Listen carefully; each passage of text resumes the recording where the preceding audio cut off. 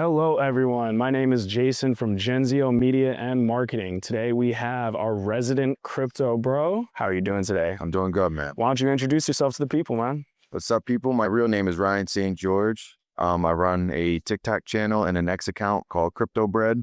I just talk a lot about XRP and XRP lore, meme coins, I degen.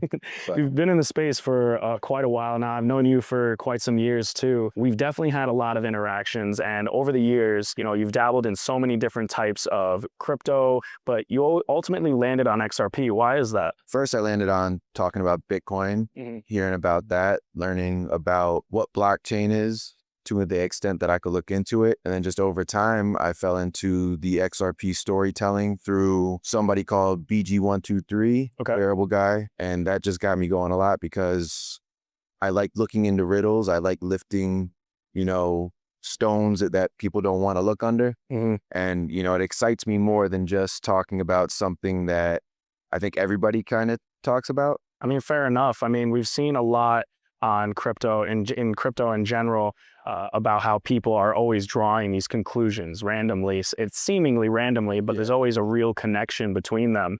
No coincidence. Yeah, no, definitely not. Yeah. You've proven that, especially time after time, as you've gone deeper into the ecosystem. I know one thing we were talking about previously was XRPL. What is XRPL? That's the ledger. That's the first decentralized exchange. First DEX. It's just the ledger. It's like, it's the blockchain for XRP. It's what utilizes XRP. It's where you can use DeFi and you can use the AMM pools. You can also start to trade with memes and NFTs. Okay, I know there's some prominent people in there. Have you heard of someone named Fuzzy? Yes. Who for anyone who doesn't know, would you explain who Fuzzy is and how it became such a prominent thing in this space? So Fuzzy is a wallet that was the first DEX order on the XRP ledger of 1 Bitcoin for 1 XRP. And that's kind of like the tie-in of the lore. I think showing the conviction of whoever made that trade that XRP was more dominant than Bitcoin in that sense.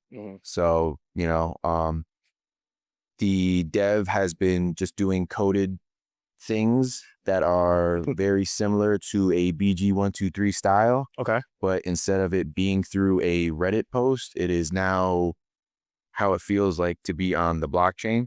It's getting a lot of traction for the XRP community, for the people that, were following BG123, listening to David. And, a lot of people believe that David likes a riddle, David Schwartz. So we're just trying to break down the codes and connect the dots. Gets back into nothing being coincidences. Yeah, exactly. Well, you've explored XRP significantly.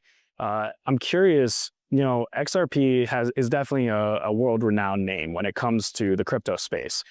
Top, I'd say 5, I'm pretty sure top 5 market cap coin. 4. Yeah, and it's definitely grown more prominent over the years, getting a lot more recognition, thanks to the Ripple Foundation as well as everybody in the community there.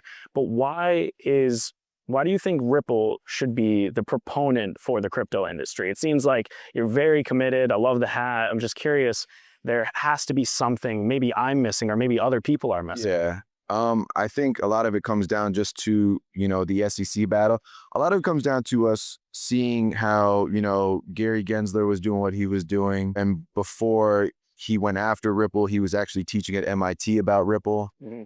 And, just things that don't really make sense. Why would somebody want to disrupt a system that seems, to me personally, like the best system? Yeah. I think it's because maybe now there's ties to connections to certain maybe banks or other entities that don't want to see something else take over their space. Yeah, I mean, we've seen countless times how board members joining the Ripple Foundation being politicians, institutional investors, I know there's some BlackRock members up there, and we all know the stories with BlackRock, but they've definitely grown a lot more prominent and also more controversial throughout the years. I mean, even here at ETH Denver, we've seen Ripple's presence a lot further. How was your time at the XRP events? Yeah, the F1 Ripple event was really cool. They did a great job. That was just a lot of, hanging out, meeting people and stuff like Good that. networking. Yeah. Okay. And then the other one that was on Thursday,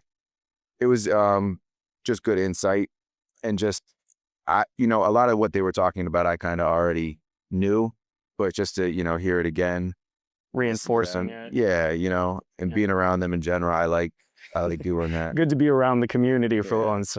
People that are like-minded.